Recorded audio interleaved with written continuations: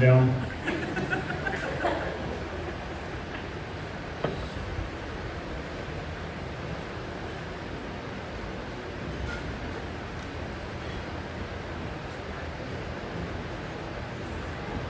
Okay, first things first. I'm kind of anal retentive. Everybody in my phone book is done by last name, even my kids. So I got to change that to B-U-R-R. Okay. And then, let's see here. We have a group family thread that Mike is not part of. I guess I have to add you now. Let's see here. Gotta add my wife. We'll go in order of ages. Isaac, Josiah, Allison, Burr, whoa, okay. And then the other Burr. You know, Burrs are things that stick to you and annoy you. Hopefully that doesn't happen, okay. And done. Welcome to the family, dude. Okay. I got the text. Hey, Mike, you got your wallet on you?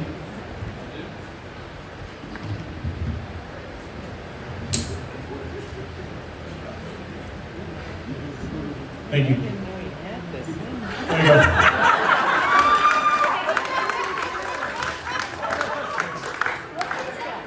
Get used to it. So's mine. What did he do? Oh. You know, I always knew Allison was going to get married in the forest. I just didn't know I was going to have to import it.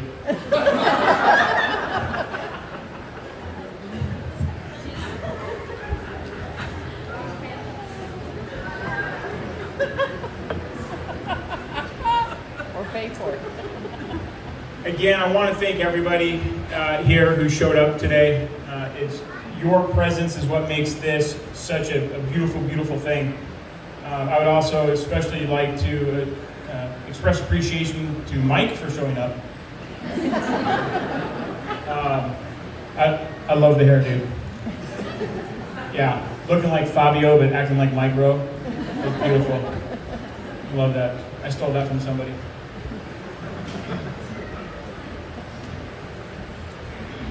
So you all should know that Allison and her mom, Beth, over there, they're very, very similar.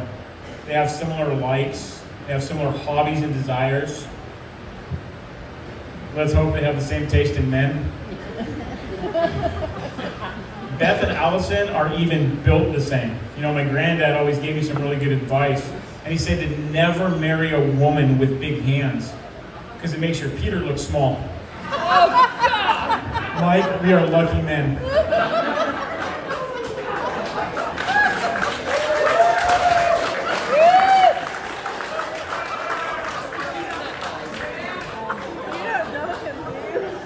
Oh, my God. You know, I wasn't sure what to get you for your wedding as a gift, so I decided to throw you a party.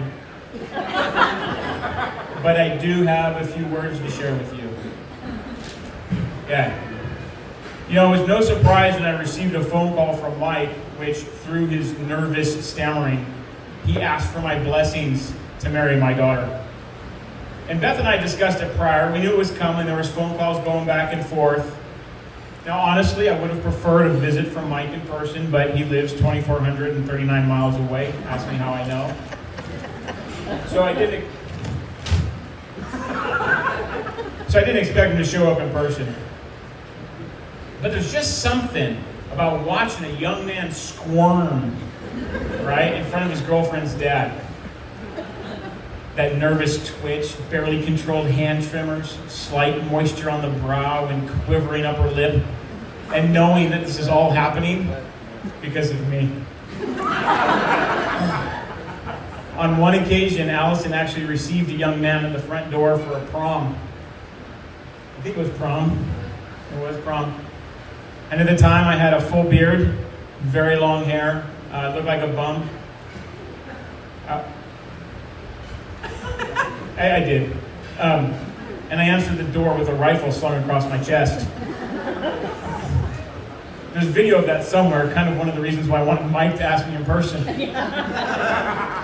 But when the call came, I was actually driving in my patrol car, and I saw his phone number come across my display, and I was like, the time's come. So I pulled over. I had to have my full concentration for this. This was the moment that every dad of girls looks forward to. And I remembered there was this line of intimidation that I wanted to use. And at one point, in an effort to fully explain my devotion and protective nature of my child, I said, just remember, and whatever you do to my baby girl, I do to you. And then I went, I should have thought that one through. Didn't have the impact I was hoping for. And I knew this was Mike's moment, but I had a sudden realization, and that it was a big moment for me as well. Because in my epiphany, I realized I was betrothing my daughter to a man, her man. I was relinquishing many of the roles in my daughter's life and handing them over to the man that she chose.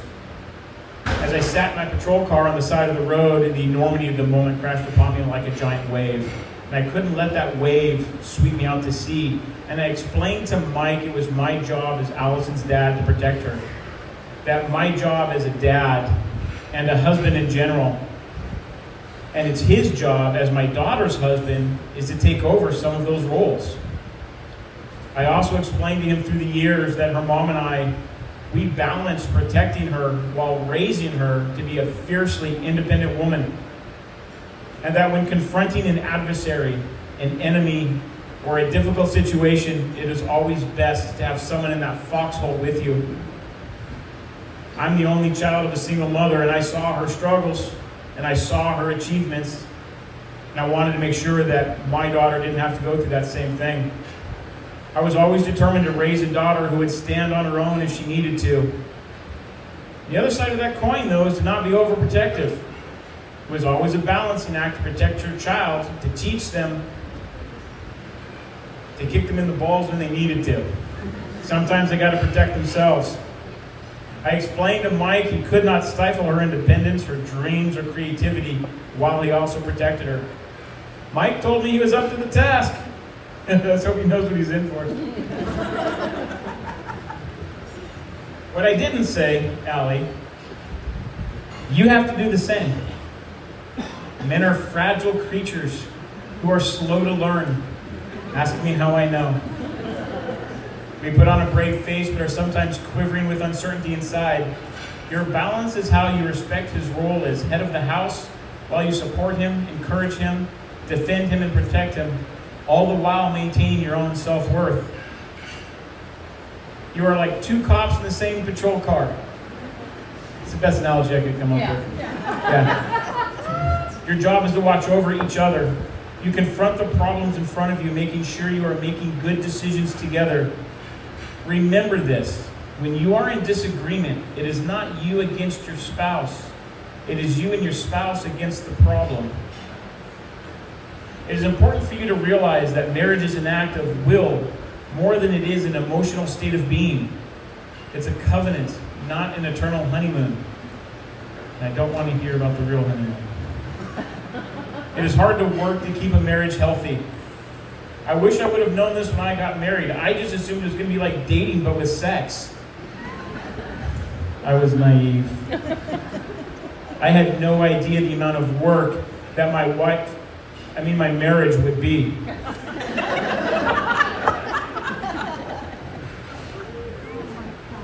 This covenant, this promise is that you will become one and remain one in solidarity against all that is thrown against you in your marriage. Dan said the exact same thing, and I wrote this independent of what he wrote.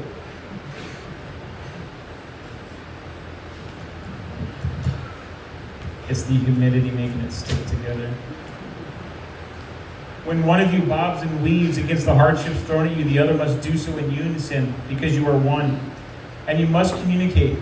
There is no joint endeavor that does not require communication to be successful. None.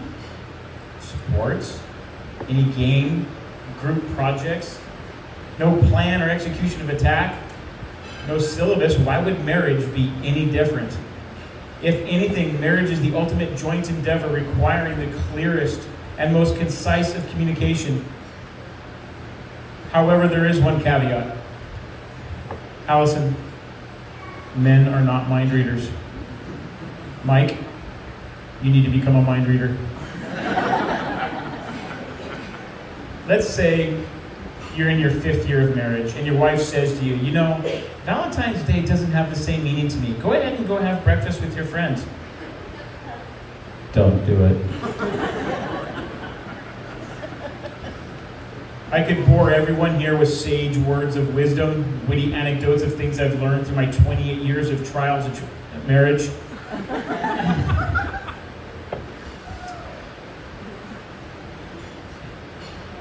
Mike, you have to have thick skin to be in this family. We are sarcastic and trade barbs. You may not be taking our last name, but we consider you one of us now. May God have mercy on you, because we won't.